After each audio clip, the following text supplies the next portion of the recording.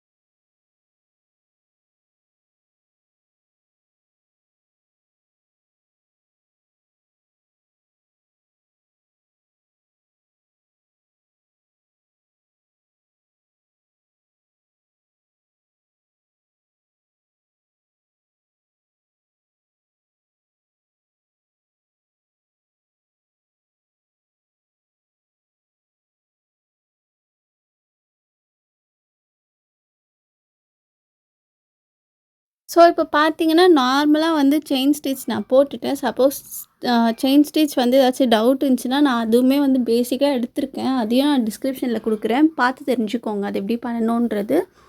So chain stitch தான் இருக்கிறதுலே most basic thing in ஆரி அப்படின்னு சொல்லலாம். ஸோ இதுதான் நமக்கு ரொம்ப இம்பார்ட்டன்ட். நம்ம இது கற்றுக்கிட்டால் எந்த ஸ்டிச் வேணால் போட்டுடலாம், அவ்வளோ ஈஸியாக இருக்கும். ஸோ இப்போ பாருங்கள் நான் செயின் ஸ்டிச் பேட்டர்ன் கம்ப்ளீட் பண்ண போகிறேன். கம்ப்ளீட் பண்ண பிறகு என்ன பண்ணலான்னா கிராஸ் ஜிக்ஸாக் ஸ்டிச் அப்படின்ட்டு ஒன்று இருக்குது. அது என்னென்னா நம்ம போடுற செயின் ஸ்டிச்சில் கிராஸாக ஜிக்ஸாக் மாதிரி வேறு ஒரு த்ரெட் வச்சு நம்ம போடுவோம். ஓகேவா?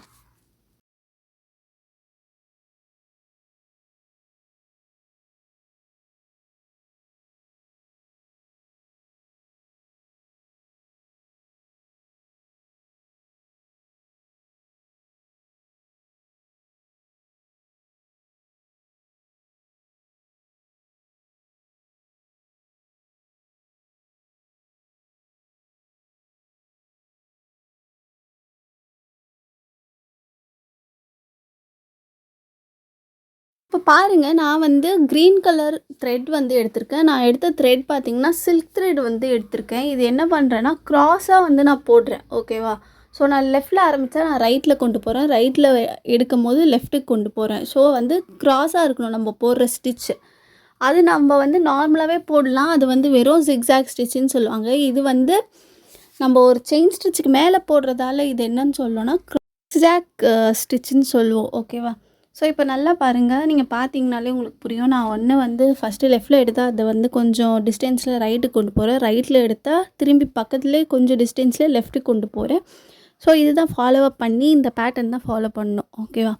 ஸோ நீங்களும் ட்ரை பண்ணி பாருங்கள், இது ஈஸியாக தான் இருக்கும். இது ஏன் போடுறோன்னா இப்போது ஆரியோடைய இப்போ ப்ளவுஸ் டிசைன்ஸ் பார்த்திங்கன்னா அதோடய ஸ்லீவ்லலாம் பாட்டமில் போடுவாங்க கலர் காம்பினேஷன்ஸ்க்காக. கீழே ஒரு கலர் இருக்கும், மேலே ஒரு கலர் இருக்கும், அதனால போடுவாங்க.